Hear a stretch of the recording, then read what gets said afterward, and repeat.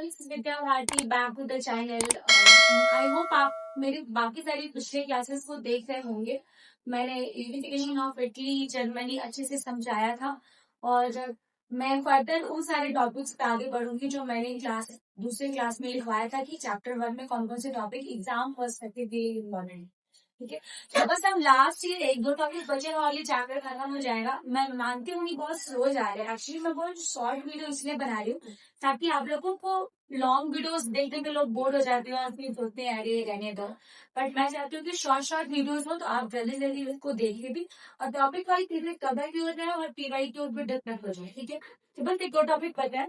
तो आज इस पे बात करेंगे over the use of culture and language. ठीक है, कल्चर और लैंग्वेज का इस्तेमाल करके कैसे फ्रांस में और यूरोप में नेशनलिज्म राष्ट्रवाद की भावना जगने लगी। जब मैं आपको नेशनलिज्म इन इंडिया पढ़ाऊंगी, ठीक है, तब मैं आपको बताऊंगी कि कैसे इंडिया में भी ये सारी जो चीजें हो रही थी ये भारत में भी चल रही थी। भारत के कल्चर पे, भारत के ट्रेडिशंस पे, फोक सॉन्ग्स वगैरह पे जोर दिया गया ताकि वहां के लोगों को एकता का अनुभव हो, वहां के लोगों को समझ में आए कि हमारी जो संस्कृति है वो सुपीरियर है। क्योंकि हमें तो बताया गया था ब्रिटिशर्स ने कि they are the white, they are in supremacy, और वो उनको ये राइट सॉरी ड्यूटी मिला है कि वो हमें क्या करें, सिविलाइज बने। ठीक है, बट हम कहीं ना कहीं ये भूल जाते हैं कि we already is very civilised culture, we already have a very civilised culture. तो ये सारी चीजें हम इंडिया में पढ़ेंगे। फिलहाल इसको स्टार्ट करते हैं। ठीक है, देखिए कल्चर, कल्चर का मतलब क्या है? कल्चर संस्कृति, इसका मतलब क्या है? Spread idea of national identity, unity. ठीक है, जब हमारा जो आइडिया है, ठीक है, अपने देश के बारे में, ठीक है, वहाँ के ट्रेडिशंस के बारे में सेम होगा, हमारा जो इतिहास होगा वो भी सेम होगा।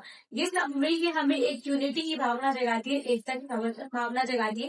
जो हम इतिहास पढ़ेंगे वो हमारा सेम होगा। जितने भी मॉन्यूमेंट्स है, आर्किटेक्चर है, वो हमें कल्चर के बारे में बताता है।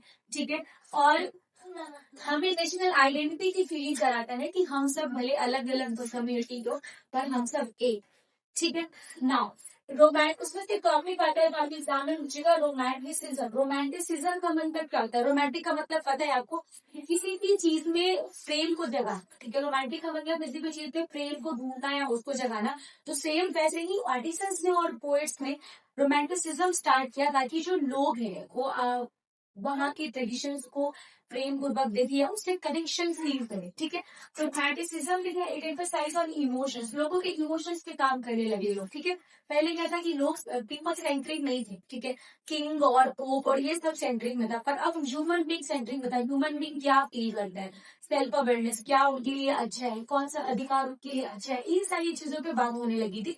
ठीक है, तो हम इमोशंस से बात करेंगे, इमेजिनेशन और ट्रेडिशन। ठीक है, हम क्या इमेजिन कर रहे हैं कि हमारा देश कैसा होगा, नेशनलिज्म कैसा होगा, डेमोक्रेटिक पॉलिटिक्स कैसा होगा। ठीक है, तो इस इमेजिनेशन पे बढ़ावा देने लगे रोमांटिसिज्म में। ठीक है, फिर हम फोक ट्रेडिशंस की बात करने लगे। हर एक रीजन का अपना एक रीति रिवाज होता है। जैसे अगर मैं बिहार के हूँ और अगर बिहार का कोई भी रीति रिवाज होता है तो हम automatic as a Bihari connect कर पाते हैं। ठीक है, जैसे छठ पर्व हो गया या वहाँ की शादियां हो गई, उनके रिचुअल्स हो गए, वैसे ही हर एक जगह का, चाहे वो यूरोपियन पॉलिस हो, जर्मन हो, फ्रेंच हो या कोई भी अलग अलग कंट्री हो, उनका अपना फोक ट्रेडिशन होता है।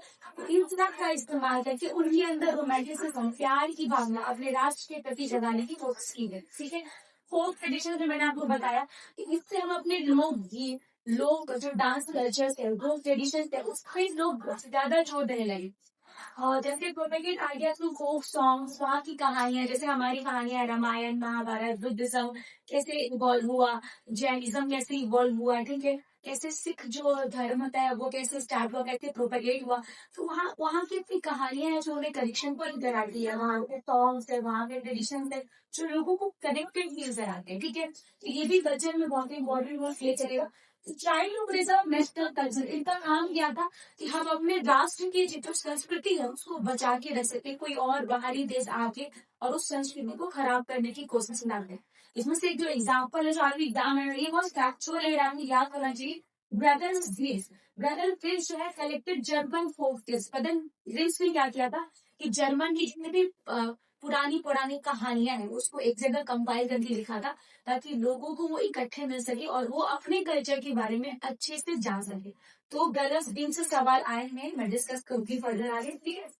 आर्ट, म्यूजिक एंड लिटरेचर, देखिए जब हम पॉलिटिकली जो से कनेक्ट नहीं कर पाते हैं, हम अपने आप को आर्ट के थ्रू, म्यूजिक के थ्रू या लिटरेचर या कहानियों के थ्रू एक दूसरे से कनेक्ट करने की कोशिश करते हैं। बहुत सारी किताबें ऐसी होती हैं जो हमारी कहानियां लोगों तक पहुंचाने की कोशिश करती है। तो ये एक माध्यम बना जहाँ लोगों के अंदर बिलोंगिंगनेस आने लगा, ठीक। तो help by artisans and musicians, ठीक है। आर्टिशियंस और म्यूजिशियंस का इसमें बहुत बड़ा रोल है, ठीक है। जितने भी पेंटिंग्स वगैरह बनने लगे और संगीत ऐसे बनने लगे जो राष्ट्रवाद को उभारने में हेल्प करने लगे, ठीक है। तो ये सारी चीजों में इनका हेल्प हुआ, ठीक है। अब एग्जाम्पल एक है करोल पुरकिंसी। कुरपिस की भी एक फैक्चुअल नॉलेज है, तो आपके एग्जाम में आ सकता है। तो करोल पुरकिंसी का है कि use Polish music to spread nationalism, ठीक है। उसने अपनी रीजनल लैंग्वेज, पॉलिश लैंग्वेज का इस्तेमाल किया नेशनलिज्म को बढ़ाने के लिए। हम आपको बता दें कि रशिया ने पोलैंड पे कब्जा किया था, और जब ऐसा हुआ तो पोलैंड के एरिया में रशियन ने पोलिश लैंग्वेज बैन कर दिया, ठीक है। और अपने रशियन लैंग्वेज को इंट्रोड्यूस कराया। अगर पोलैंड वाले ये चीज नहीं करेगा कि वो अपने लैंग्वेज और अपने कल्चरल हेरिटेज को बचाने की कोशिश नहीं करेगा, तो एक टाइम आएगा कि पूरी तरीके से पोलिश लैंग्वेज, उसके कल्चर डिमिनिश हो जाएंगे और सिर्फ रशियन लैंग्वेज वहां पे रहेंगे। तो इसीलिए अपने लैंग्वेज और अपने कल्चर को वापस रिगेन करना बहुत जरूरी है। तो इस तरीके से कल्चर जो है वो नेशनलिज्म की आइडिया को बढ़ाने में बहुत हेल्प करता है। आगे मैं आपको अभी लैंग्वेज पढ़ाऊंगी।